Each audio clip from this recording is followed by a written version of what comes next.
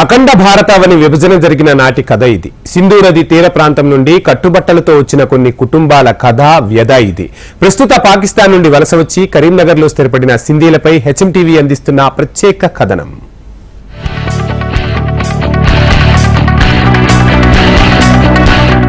హైదరాబాద్ సింధ్, హైదరాబాద్ దక్కన్ ఈ రెండు ప్రాంతాల పేరు ఇప్పుడున్న జనరేషన్ కి తెలియకపోవచ్చు. కానీ నిజాం పరిపాలన గురించి విన్నవారు, స్వాతంత్ర ఉద్యమాలను చదివిన వారు ఖచ్చితంగా ఈ రెండు ప్రాంతాల మధ్య తేడాను గుర్తిస్తారు.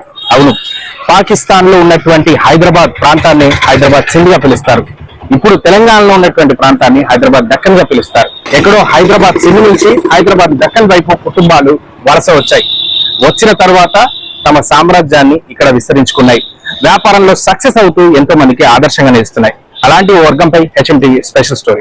ఎన్నో చారిత్రక గాథలకు నిలయం కరీంనగర్. అలాంటి విశేషమే ఈ Hyderabad Sindh cloth showroom the.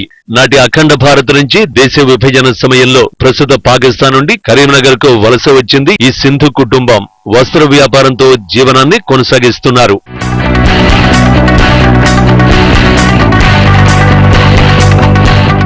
1947కు ముందున్న అఖండ భారతదేశంలో హైదరాబాద్ పేరుతో రెండు నగరాలు ఉండేవి. నిజాం సంస్థానంలో ఉన్న హైదరాబాద్ ని హైదరాబాద్ దక్కన్ గాను, పాకిస్తాన్ లోని సింధు నది ప్రాంతంలో ఉన్న హైదరాబాద్ ని హైదరాబాద్ సింధుగా పిలిచేవారు. ఈ రెండు నగరాల మధ్య బంధుత్వాలు, రాకపోకలు కూడా పెద్ద ఎత్తున ఉండేవి. నైజాం ప్రాంతంలో జమీన్లు, జాగీర్లు, వ్యాపారాలు ముస్లింల చేతుల్లో ఎక్కువగా ఉన్నట్టే పాకిస్తాన్ లోని హైదరాబాద్ సింధు ప్రాంతంలో హిందువుల చేతుల్లో జమీన్లు, వ్యాపారాలు ఉండేవి. హైదరాబాద్ సంస్థానంలో రజాకార్ల చిత్రహింసలతో చాలా మంది హిందువులు సింధు ప్రాంతానికి వలస వెళ్లిపోయారు. అలా అక్కడ భూములు, ఆస్తులు సంపాదించుకుని వ్యాపారం చేస్తున్న వారిపై దేశ విభజన ప్రభావం పడింది. దాంతో అక్కడ హిందువులపై దాడులు పెరిగాయి. మత మార్పిడి కోసం ఒత్తిడి పెరిగింది.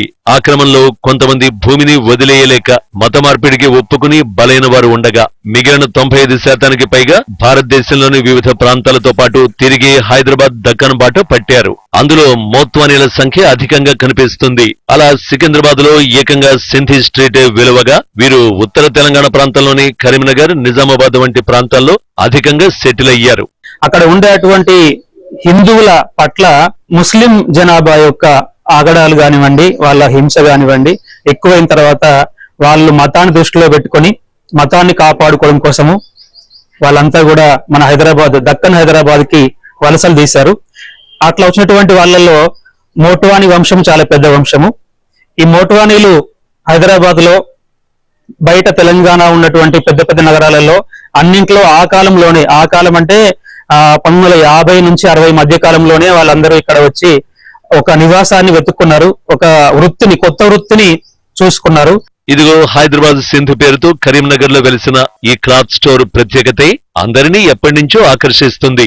కరీంనగర్ నగరంలో హైదరాబాద్ పేరుతో ఉండడం, పైగా హైదరాబాద్ పక్కన సింధ్ అని ఉండడంతో ఈ షాపుకు వచ్చేవారంతా ఎందుకీ పేరు పెట్టారని ఇక్కడి యజమానులను అడగకుండా వెళ్లరు. పాకిస్తాన్ సింధీ ప్రాంతంలో పెద్ద జాగీర్దార్, జమీందార్ అయిన నేనుమాలం మోత్వానీ అనే వ్యక్తి 1955 నాటి కాలంలో పాకిస్తాన్ లో జరిగిన అల్లర్ల నేపథ్యంలో మత మార్పిడికి విముఖతతో కట్టుబట్టలతో రైల్వే లైన్ ఉన్న పెద్దపల్లి జిల్లా రామగుండం ప్రాంతానికి వచ్చాడు. అక్కడి నుంచి కరీంనగర్ కు చేరుకున్న నేనుమాలం మోత్వానీ కొంతకాలం సైకిళ్లపై బట్టలు అమ్ముకుంటూ జీవనాన్ని సాగించాడు. కొంత కుదురుకున్నాక తన కుటుంబీకులతో పాటు బంధువులు, స్నేహితుల్ని కూడా తీసుకురావడంతో హైదరాబాద్ సింధ్ క్లాత్ షోరూమ్ తో పాటు ఈ టవర్ సర్కిల్లో పలువురు సింధీలు వివిధ రకాల వ్యాపారాలు ప్రారంభించారు.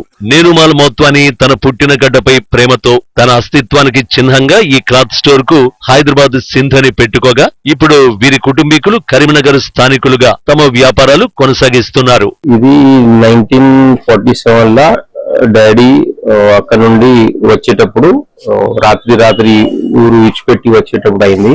దాని తర్వాత 4-5 ఊర్లు తిరుగుకుంటా లాస్ట్ కు ఈ ట్రైన్ రూట్ ఇటుదిక్కు ఉండదని పెద్దపల్లి, అప్పుడు రామగుండం దిగి ఇటుదికి వచ్చారు.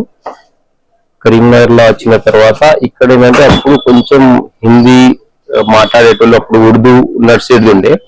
ఆ పాపులేషన్ కూడా ఇక్కడ బిజినెస్ చేయొచ్చు అని వాళ్ళు ఇక్కడ ఉండరు. ఇక్కడ పెట్టినప్పుడు షాప్ పెట్టారు.